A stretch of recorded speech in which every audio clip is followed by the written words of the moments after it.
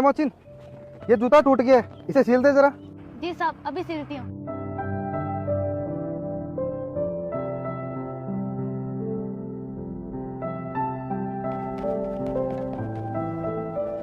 ये लीजिए साहब, आपका जूता तैयार है। अरे वाह, ये तो लग ही नहीं रहा है कि ये टूटा हुआ था। तुम बड़ी सफाई से काम करती हो। चलो अब बताओ इसके कितने रुपए हुए? साहब 50 रुपए हो गए। ये लो।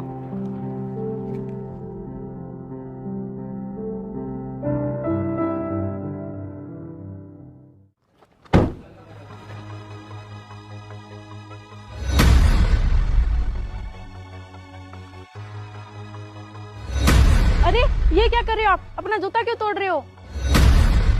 अरे सुनिए मेरी बात। ए मोचिन, इस जूते की सिलाई कर दे जरा।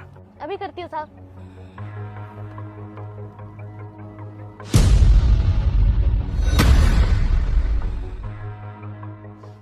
ये लीजिए साहब, आपका जूता तैयार है।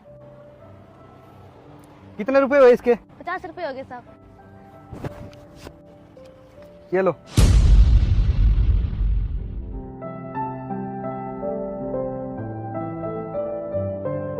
आप मुझे पागल नहीं बना सकते। कुछ तो बात है जो आप मुझसे छुपा रहे हो। बताइए मुझे।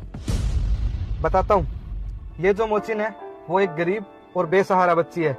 इसका एक छोटा सा भाई भी है और ये मोची का काम करके उसका पालन पोषण करती है। नहीं साहब, इतने कम नहीं। 5-10 रुपए की तो पॉलिसी लग जाती है, फिर इस थैले का किराया भी तो है। हमें तो बस 5-7 रुपए बचते हैं। अगर आपको ज्यादा पैसे लग रहे हैं तो आप मुझे 2-3 रुपए कम दे दीजिए। ये अपनी झूठी कहानी किसी और को सुनाना।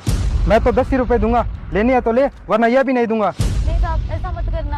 आप 10 रुपए दे दीजिए। ये ले। और उस दिन किसी भी होटल वाले ने इसे दूध नहीं दिया, बोला कि 10 रुपए का दूध आता ही नहीं है। उस दिन इस बच्ची ने अपने भाई को पानी पिला पिला कर रात निकाली थी। वीडियो आगे देखने से पहले तुम्हारी माँ की कसम है, जो इस वीडियो को एक लाइक और सब्सक्राइब करेगा उसकी ही माँ बचेगी। और खुद भूखी सोई थी। बस उस दिन के बाद मैं ऐसा ही करता हूँ, खुद जूता तोड़कर इस मोचिन से सिलवा लेता हूँ और इसे इसकी मेहनत के पैसे दे देता हूँ, जिससे इसे ना लगे कि कोई मेरी मदद कर रहा है और मुझे भी ना लगे कि मैं किसी पर एहसान कर रहा हूँ। उसे बस ऐसा लगना चाहिए कि मैं अपनी मेहनत से अपना और अपने भाई का पालन पोषण कर रही हूँ। अब तुम ही बताओ, मैं कहाँ फिजूल खर्ची कर रहा हूँ? नहीं, आप कोई फिजूल खर्ची नहीं कर रहे हो। वो तो मेरी किस्मत अच्छी है जो मुझे आप जैसा पति मिला।